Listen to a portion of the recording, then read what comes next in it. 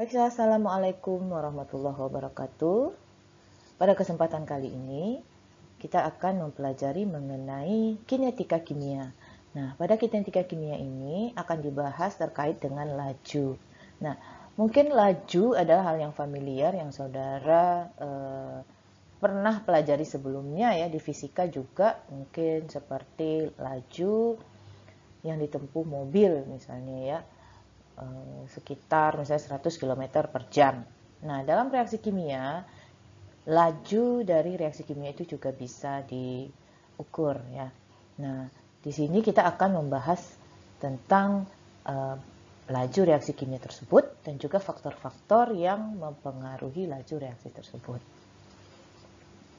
Nah, seperti yang sudah kita pelajari sebelumnya bahwa dalam reaksi kimia itu dikenal istilah reaktan dan produk.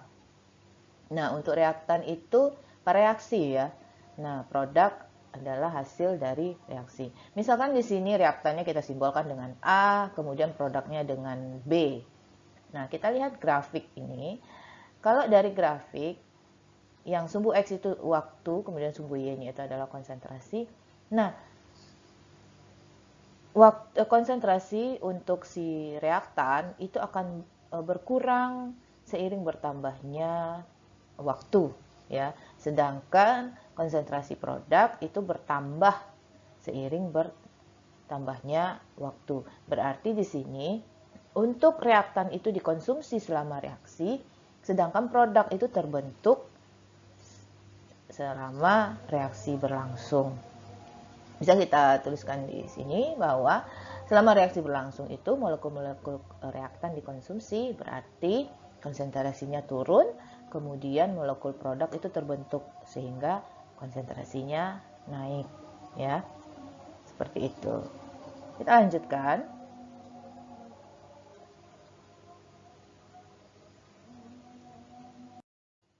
Oke.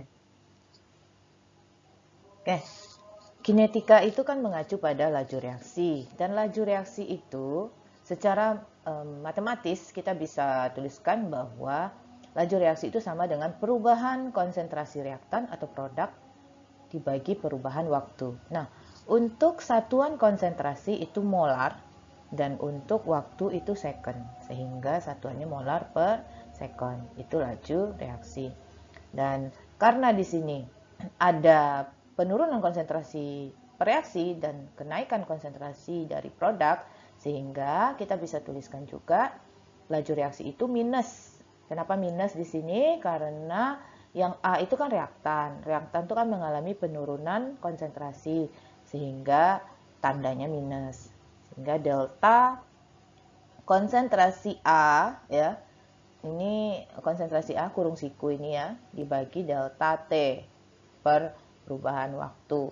Kemudian untuk laju reaksi perubahan konsentrasi si produk, karena produk itu mengalami kenaikan konsentrasi selama reaksi berlangsung, nah makanya di sini nilainya makanya di sini tandanya plus ya, bukan negatif. Delta konsentrasi B per delta T. Oke. Kalau kita misalkan reaksinya secara stoikiometri ya, bisa kita tuliskan kalau misalnya reaksinya A tambah B menghasilkan C tambah D. Di sini A kecil, B kecil, C kecil, dan D kecil itu adalah koefisien dari reaksi. Kita bisa tuliskan persamaan lengkapnya. Laju reaksi sama dengan min seper A. Di sini koefisiennya kita masukkan. Begitu juga dengan yang B. Jangan lupa tanda negatifnya ya. Tanda negatifnya itu menandakan bahwa terjadi penurunan konsentrasi si reaktan. Nah, pada kasus ini kan reaktannya A dan B. Jadi A dan B itu, untuk A dan B itu harus ada diberi tanda negatif. Nah, untuk yang produk itu kan terbentuk ya. Makanya di sini tidak dikasih tanda negatif. Oke. Jadi tinggal dituliskan seper C delta konsentrasi C per delta T sama dengan seper D delta konsentrasi D per delta T. Seperti itu ya. Mudah-mudahan bisa dipahami. Kita akan lihat contoh untuk menuliskan persamaan laju reaksi. Di sini, misalnya, tuliskan persamaan laju reaksi untuk I- tambah OCl- menjadi Cl- tambah OI-. Bagaimana menuliskannya? Silakan dicoba dulu sebelum saya tampilkan.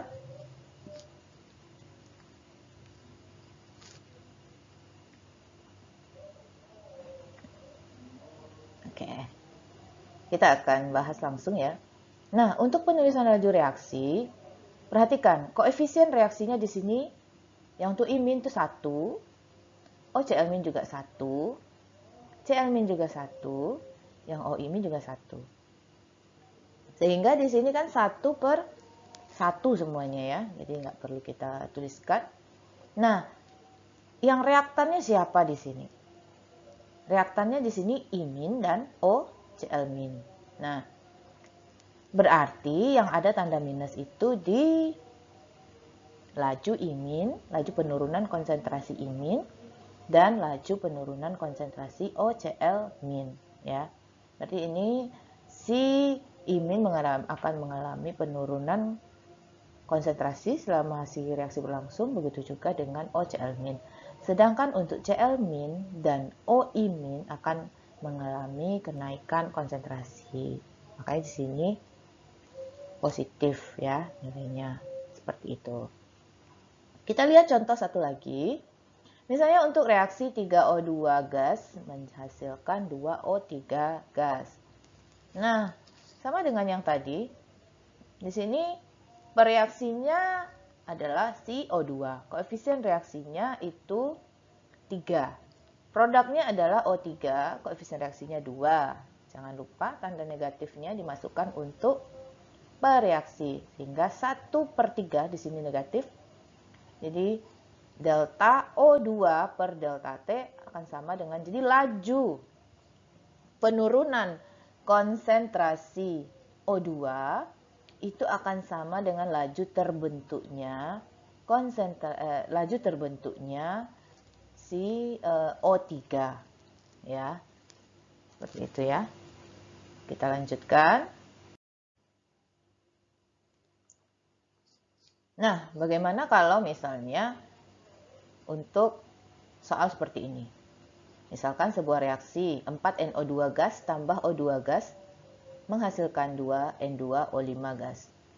Nah, di sini diketahui pada suatu waktu tertentu selama reaksi, molekul oksigen bereaksi pada laju 0,037 molar per sekon. Yang ditanya di sini adalah pada laju berapa N2O5 terbentuk dan pada laju berapa NO2 bereaksi. Oke, kita akan lihat penyelesaiannya. Nah, kita tuliskan dulu persamaannya kembali ya. 4NO2 tambah O2 menghasilkan 2N2O5. Nah, tuliskan dulu laju reaksinya. Sama seperti tadi ya. Jangan lupa tanda minus untuk si reaksi karena dia laju penurunan konsentrasi. Sedangkan untuk produk laju terbentuknya ya, produk ya. Nah, di sini reaktannya ada NO2 dan O2, sedangkan produknya adalah N2O5. Oke. Nah, kemudian ada juga diketahui molekul oksigen bereaksi pada laju 0,037 molar per sekon. Nah, kita tuliskan dulu. Berarti laju penurunan si konsentrasi oksigen itu sebesar minus 0,037 molar per sekon. Oke. Tanda negatif itu berarti konsentrasi O2 itu berkurang terhadap waktu. Ingat itu ya. Nah, sekarang kita akan menentukan pada laju berapa N2O5 terbentuk. Nah, kita tuliskan kembali persamaan laju yang tadi. Nah, ini dia hubungannya ya. Minus, maksudnya laju penurunan O2 itu sama dengan setengah kali laju terbentuknya si N2O5. Ini saya balik ya supaya memudahkan. Ini dibalik. Karena kita mau menghitung laju terbentuknya si N2O5. Nah, 2 ini tinggal dikali silang aja ke sini ya. Sehingga jadinya min 2 kali delta konsentrasi O2 per delta T. Dimasukkan angka yang tadi. Berarti min 2 dikali minus 0,037 sehingga dapatkan 0,074 molar per sekon. Seperti itu. Nah, di sini kan nilainya positif ya. Nah, positif ini terbukti karena di sini si N2O5-nya terbentuk, bukan dikonsumsi selama reaksi karena dia produk. Makanya hasilnya di sini memang harus positif. Oke. Kita lanjutkan.